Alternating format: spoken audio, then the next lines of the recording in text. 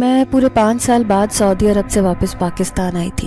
ایسے میں 2-4 دن سسرال میں گزار کر فوراً ہی امی کی یاد آنے لگی۔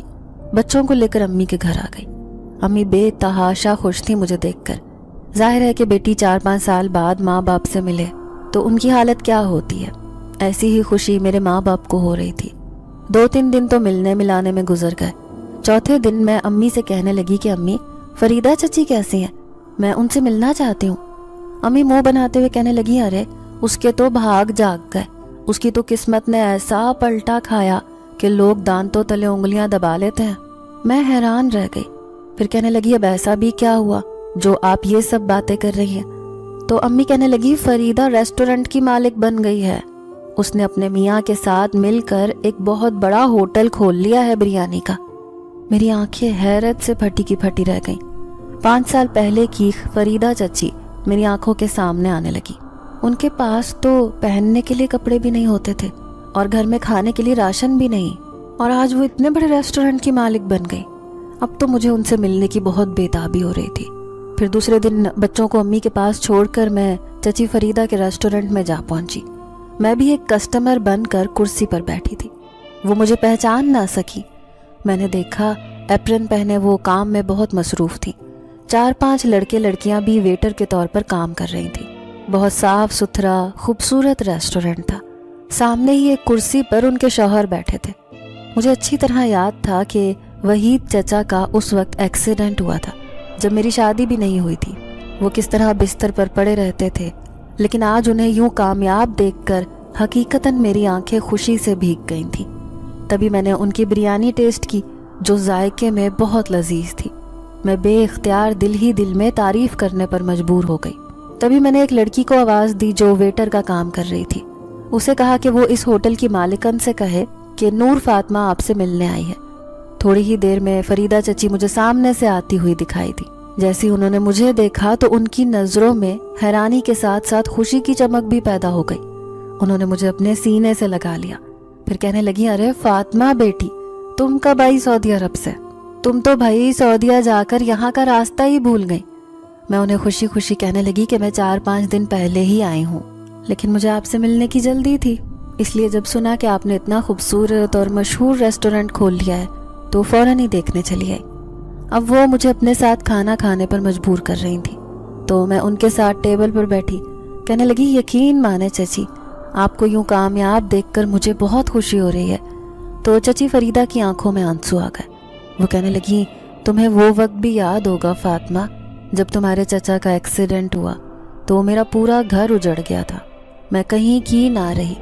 5 بچوں کے ساتھ اکیلے زندگی گزارنا میرے لیے بہت مشکل تھا، ساتھ ہی ساتھ تمہارے چچا کا علاج کرنا بھی۔ تو میں ان سے کہنے لگی کہ میں اس بات پر تو حیران ہوں کہ آپ آخر ایسے حالات اتنی جلدی کیسے بدل گئے۔ میں مانتی ہوں کہ آپ کھانا پکانے میں بہت ماہر تھی، لگتا ہے آپ کو کھانے میں ایسی برکت ہوئی، اللہ نے آپ کے لیے رزق کے دروازے کھول دیے۔ تبھی انہوں نے ادھر ادھر دیکھا، پھر سرگوشی میں کہنے لگی، کچھ اللہ کا فضل ہے اور کچھ میرے اپنے کیے کا پھل۔ میں نے کسی کے ساتھ اچھا کیا تو بدلے میں لمحے بھر میں میری قسمت پلٹ گئی۔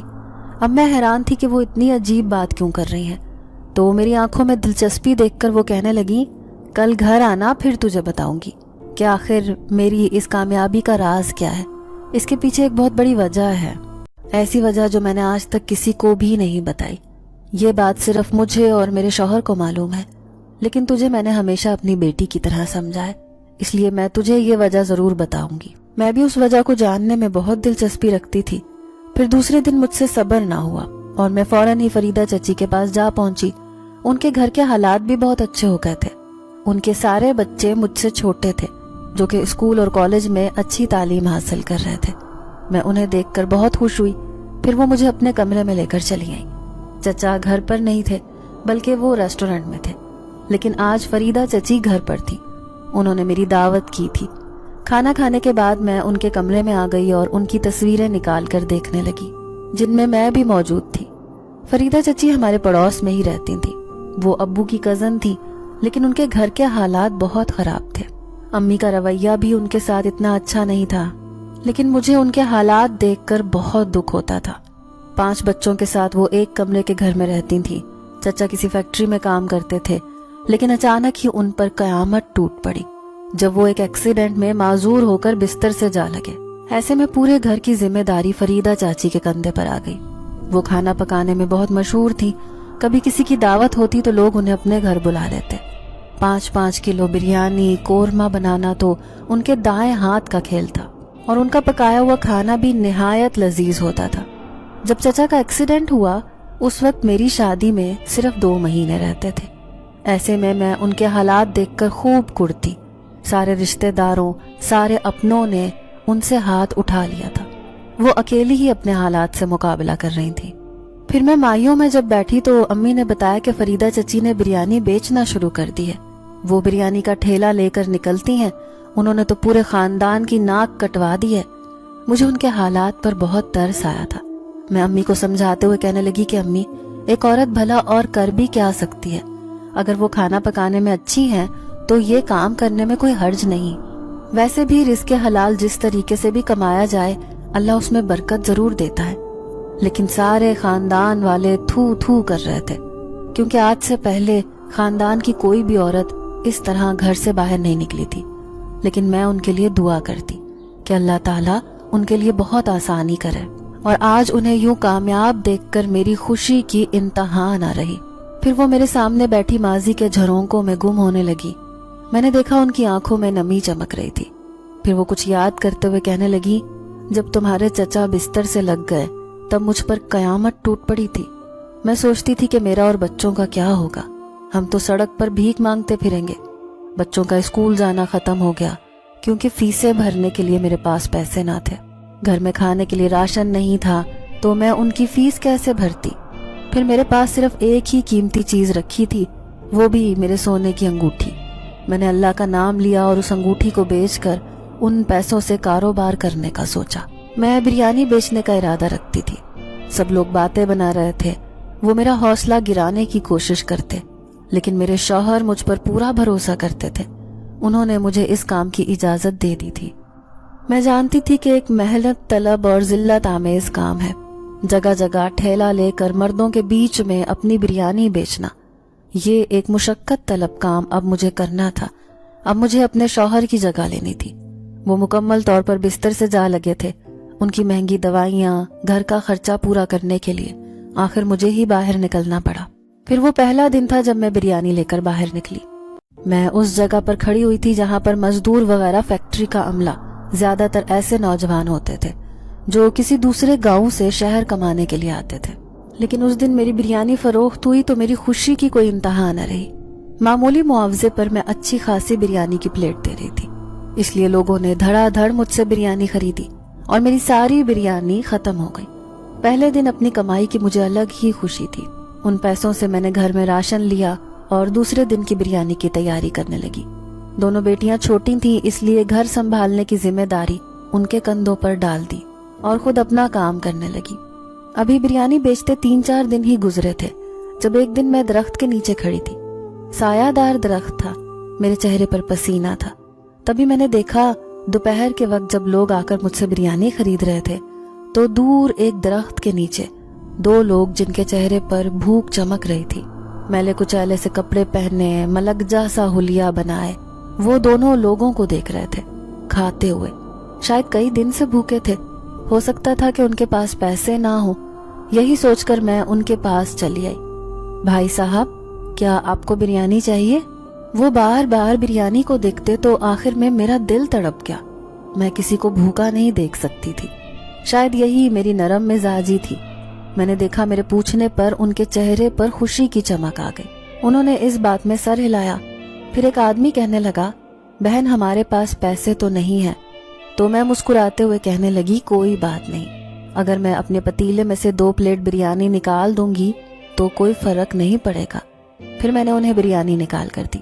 جب انہوں نے کھائی تو میری تعریف کرتے ہوئے کہنے لگے، آپ نے تو کمال کی بریانی بنائی ہے، اللہ آپ کے کام میں برکت دے۔ میں نے فوراً ہی آمین کہا تھا کیونکہ مجھے اس وقت دعاؤں کی بہت ضرورت تھی۔ پھر میں ان سے کہنے لگی، بھائی صاحب آپ ہیں کون، کہاں سے آئے ہیں؟ تو وہ بڑی بیچارگی سے کہنے لگے، ہم ایک گاؤں سے آئے ہیں، ہم دونوں بھائی ہیں، یہاں کمانے آئے تھے،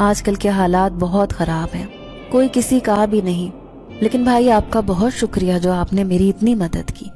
تب وہ دوسرا آدمی کہنے لگا، آپ کا شوہر نہیں ہے؟ آخر وہ کیوں کام نہیں کرتے؟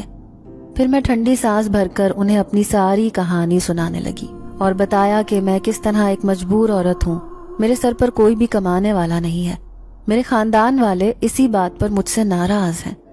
تو وہ دونوں آدمی تسلی دیتے ہوئے کہنے لگے، محنت کرنے میں کوئی شرم نہیں، بھلے ہی لوگ اس بات پر اعتراض کر لیں، لیکن آپ نے محنت کرنی نہیں چھوڑنی۔ ہم بھی تو آخر کمانے کے لیے اپنے گاؤں سے اتنی دور شہر آئے ہیں، ہمارے بھی بیوی بچے ہیں جو ہمارا انتظار کرتے ہیں، لیکن پھر بھی مجبوریوں نے ہمیں یہاں باندھ رکھا ہے۔ پھر وہ دونوں مجھے گھر تک چھوڑ کر چلے گئے۔ گھر جا کر میں نے اپنے شوہر کو بتایا کہ کس طرح آج ایک ڈاکو میرے پیچھے لگ گیا تھا، کہیں وہ مجھے جان سے نہ مار دے، اسی لیے میں نے اسے اپنے سارے پیسے دے دیے، لیکن 2 آدمیوں نے میری مدد کی۔ تو میرا شوہر کہنے لگا، اب تم احتیاط کیا کرو، حالات اچھے نہیں ہیں، اگر پیسے چھین رہے تھے تو جانے دیتی، لیکن جان سے پیارے نہیں ہوتے۔ میرے شوہر مجھ سے بہت محبت کرتے تھے، لیکن آج کتنے مجبور ہیں۔ انہیں یوں بستر پر بے بسی کی حالت میں پڑا ہوا دیکھ کر میرا کلیجہ پھٹتا تھا۔ پھر تھوڑے ہی دن بعد خاندان میں شادی کی خبر آئی کہ نور فاطمہ جو رشتے میں میری بھتیجی لگتی تھی اس کی شادی ہے، لیکن ان کے گھر سے ہمارے گھر دعوت نامہ نہ آیا۔